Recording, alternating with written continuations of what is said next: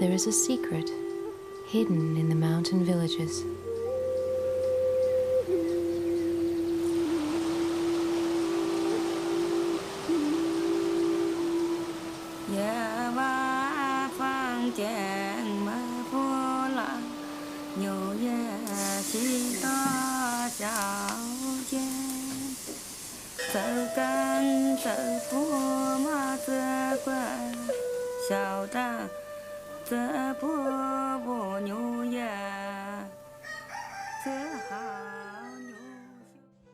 Hello everyone, and welcome to Cracking Down. I'm Melianne. And Damiana. And today we will be discussing the modern and historical importance of a secret women's script traced as far back as the 13th century in China that has allowed for clandestine communication over hundreds of years. We will look at what factors contributed to the emergence of Nushu as a method of communication, how these factors are still relevant among minority groups today, and why it is important for us to understand them. Now, let's start at the beginning. What is this mystery language, and where did it emerge from? Nushu is an ancient phonetic script developed in secret by women and for women in the Hunan region of China.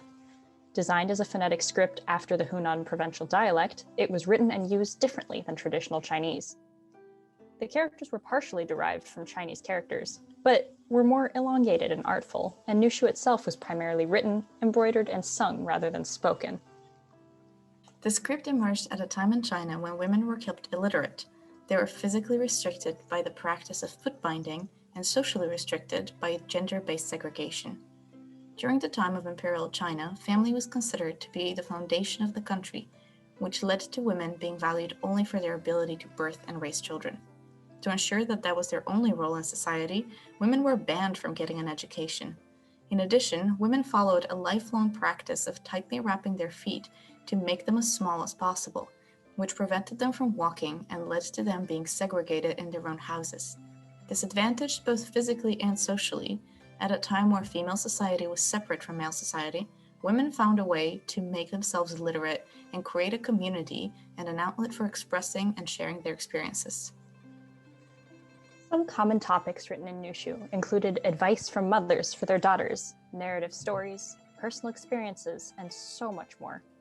They were often embroidered into fabrics or written on fans or shared in diaries.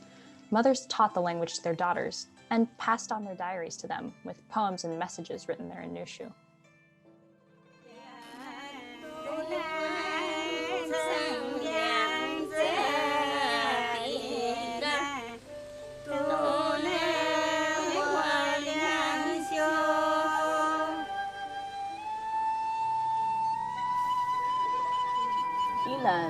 These Nushu writings were gifts from my sisters for my wedding. I don't know how to read them.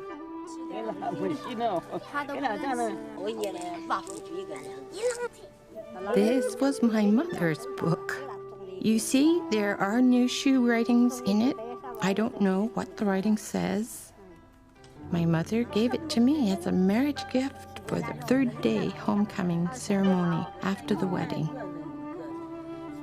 This book was called the Third Day Book, and it marked a very important feature of the local marriage custom, the third day ceremony.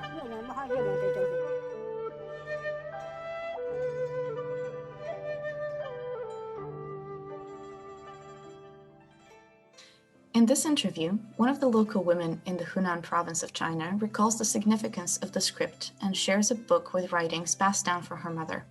Many of the poems written from mothers to their daughters were written in a diary known as the Third Day Book because it was presented to the new brides on the third day of their marriage ceremony. The ceremony was 3 days after the wedding. The bride and groom visited the family of the bride.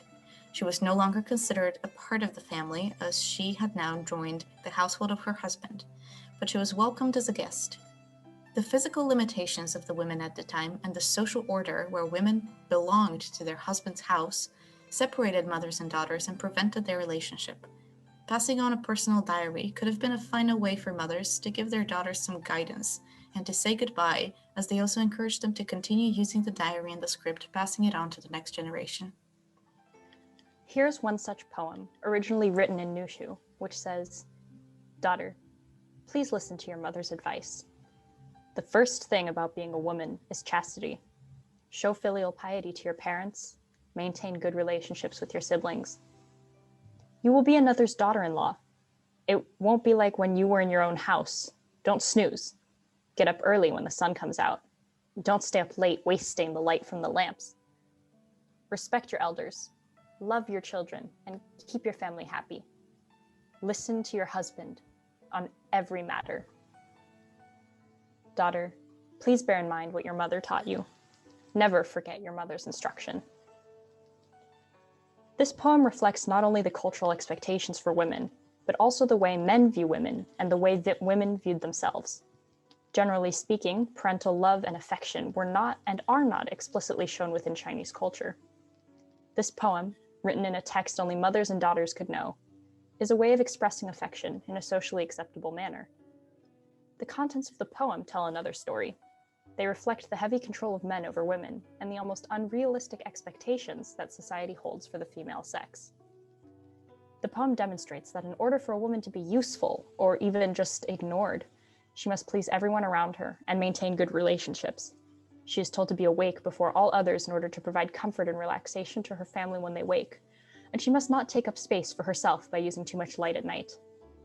It is her job to keep the family happy, but she must also listen to her husband and defer to him in every situation. And while this may seem oppressive at first glance, which it definitely is, it's also another way of expressing care. Once married, women usually never left that marriage. They knew their duties and what was expected, and not accomplishing these could have dire consequences. As the man was always right, not conforming to these standards could lead to violence, exclusion, and other negative events through no fault of her own. But by warning her to keep to these practices, the mother in this story is helping spare her daughter from these events and trying to give her the best life that she can using the limited power she has as a woman in a patriarchal society. Something else that gained popularity along with the script as a way to keep connections between women and allow them to share their burdens was a practice of sworn sisterhood. That was a common practice in southern China which paired two women together and encouraged a strong bond between them. This allowed for a sense of safety, friendship, and connection even in the face of adversity.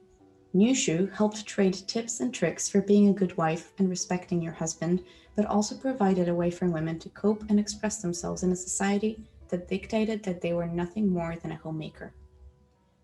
Even though Nushu rose in the face of adversity, it is not just a language of sorrow. It allowed women to become literate in a society that prevented women from obtaining any education at all. Finally, they were able to write their story and have it recorded in history.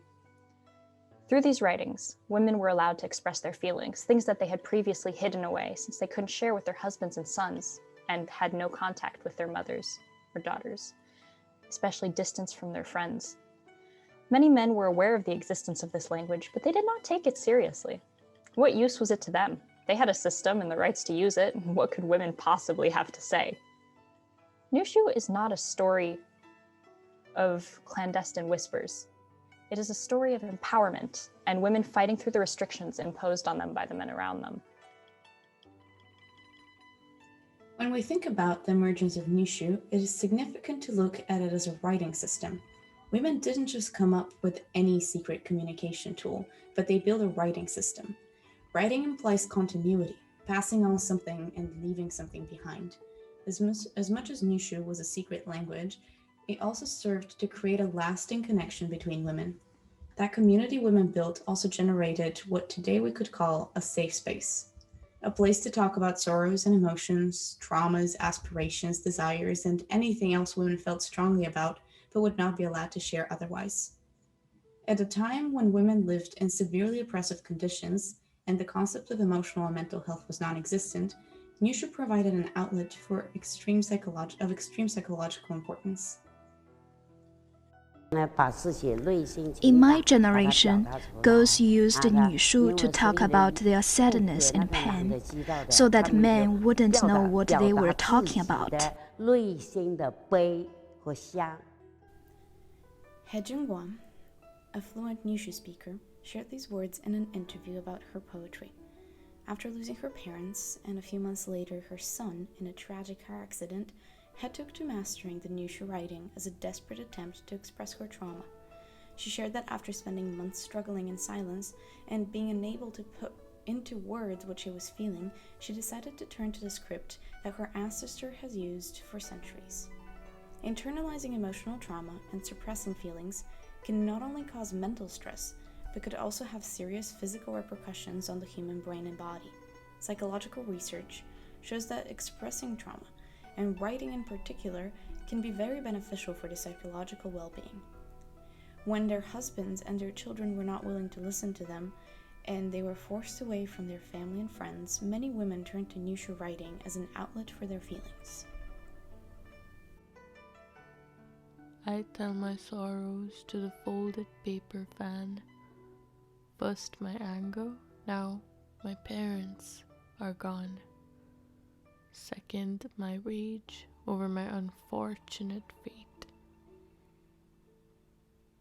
Third, my fury over my unfair lot in life. I write it on the fan so I can spread my story in all directions. I sit alone in my room with a restless mind. I complain about my misery while blood streams from my eyes. We had such a good time that New Year. We had such a good time during the New Year. The family was full and carefree during the next month. The water tasted sweet despite the cold weather. Spring came with February's arrival. Leaves sprouted from the trees. An orchid grew from the jade pot, its fragrance wafting over the lakes. When March came, my son went to the underworld. Blood and tears stream from my eyes. I cannot see the sky. The words in her poem reflect the thought process and pain after the loss of her closest people. She talks about having a good time even with suboptimal conditions like the cold weather. But then, she admits to breaking and feeling overwhelming frustration and pain. She refers to her life and her trauma as unfair and implies that they're too much and not deserved. Blood and tears are clouding her vision. The outside world is meaningless to her when her heart is breaking over the death of her son. She writes all of these words on a paper fan. The folding paper fan originated in Japan, but gained a lot of popularity in China exactly during the time that Nushu emerged. Women used the paper fan as ways to hide their faces and remain modest in the presence of men. But they also learned to use the fan as a tool. In different parts of the region, fans even became a tool for self-defense. This makes the author's note significant. She's not only using the paper fan as a writing surface, but she's trusting her deepest feelings to the barrier that she puts between herself and the world. She's using her fan as a weapon against the pain, against the loss and loneliness. After writing this poem, I discovered a new sense of empowerment. Nushu was an outlet for her feelings. She began processing her internal trauma and creating collections of poetry. When asked about his wife's poetry, her husband explained that he could technically understand it if he heard it read aloud, but he had no interest in her distressing art and the dark topics that she talked about. This goes to show that even centuries later, men look down on Nushu writings and the content that women have to share. Nushu was discovered by the general public during the time of the Chinese Cultural Revolution. A woman fainted at a train station, and while looking for a way to identify her, they found Nushu writing. This was a very tense time for China, and as none of the men could read it, it was assumed to be a spy language and was immediately treated with fear and aggression. The woman was arrested, and the Nushu script was banned. Much like many other mementos of the past, written records and keepsakes were destroyed. The memories, stories, and lives of all of these women went up in smoke, but that doesn't mean we don't remember them. One of the earliest known surviving records of Nushu is a coin that was minted and found in Nanjing. It was minted in a quote-unquote rebel kingdom that lasted from 1851 to 1864. This kingdom, known as the Taiping Heavenly Kingdom, was a form of rebellion against the dominance of the emperor. At the time, and represented a change in power and social dynamics. Not only did this kingdom wage war on the Qing dynasty, it also represented a shift of acceptance with a religious focus, challenging the current power structures. Though they were conservative as a whole, they did abolish foot-binding practices and allowed women to head sections of the army and contribute to the fight. Other changes took the form of policies and laws concerning gender equality, though that fight did not take off for at least another 100 years and is still ongoing today. The characters on the coin state that all women in the world are members of the same family. This displays a sense of unity that is commonly seen among oppressed groups, which allows not only for the crucial feeling of hope, but also solidarity and a sense of belonging.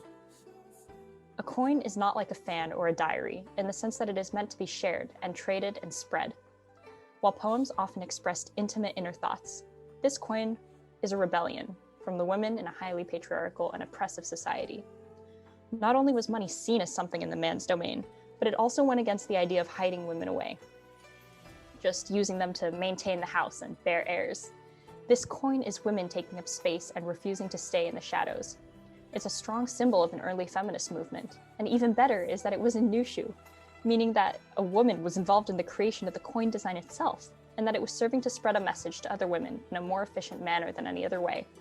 Nothing moves through a society better than money, after all. So why should we care about Nushu, an ancient writing system that is on the brink of extinction? Nushu was a phonetic script that emerged out of a need and frustration with an oppressive situation. But it was much more than that. It had a significant literary value by allowing for the creation of literary works by women. It had significant gender value. It allowed women a newfound freedom and served as a rebellion against the oppressive patriarchal values. It had a significant cultural value in its role passing on knowledge and traditions. It had significant community value in the connection that it allowed women to build as they shared with each other, sung together, and swore into sisterhood. And finally, it had significant psychological value as an expression tool for women and an outlet for dealing with extreme experiences and giving themselves a voice when theirs was taken away. The importance of Nushu doesn't just tell us about the women of Hunan. It ties into a much more global occurrence throughout history. The world is repeatedly torn into a group in power and an oppressed minority. Sometimes those groups are men and women. Sometimes they are empires and colonies. And sometimes they're slaves and slave owners and many more examples. One thing that occurs in all of these situations, no matter how different, is the emergence of secret communication. Oppressed groups develop ways to stay connected, create a sense of belonging, safety, and hope. Slaves during the Atlantic slave trade developed a system of communication through their hair, for example. They used cornrows to depict escape routes as a way to work within the oppressive system without being noticed and overcome it at the end. Nushu started fading when education became mandatory in China. There was less need for it since women could start writing and reading in Mandarin. Unfortunately, many other oppressive systems still loom over women today, generating more and more secret communication styles. Women have developed a body language to communicate in situations regarding their safety. Making certain movements or looks in a public space or a club or on the street as a way to check if someone is okay or communicate that you are feeling unsafe, all of which are unidentifiable and universal signs. Countless stories come up about flight attendants picking up on human trafficking or women escaping life-threatening situations because of this mostly undetectable by men communication. And while it is interesting to talk about the nuances of communication, it is important to critically examine why is it that centuries later, women still are driven to developing secret languages for the sake of survival in a still male-dominated world. Nushu is a crucial part of history, as an insight into the dynamics between oppressed groups and their oppressors. It is, however, one of many such examples and should serve as a stepping stone for further exploration of women's resilience in history, the dynamics of oppression, and lessons that can help us further learn and understand how to create a better future for minorities. As we begin to delve more into the world's history from different viewpoints, discoveries like this will continue, leading to a more comprehensive and fascinating view of how we got to where we are today. Until next time, this has been Cracking Down.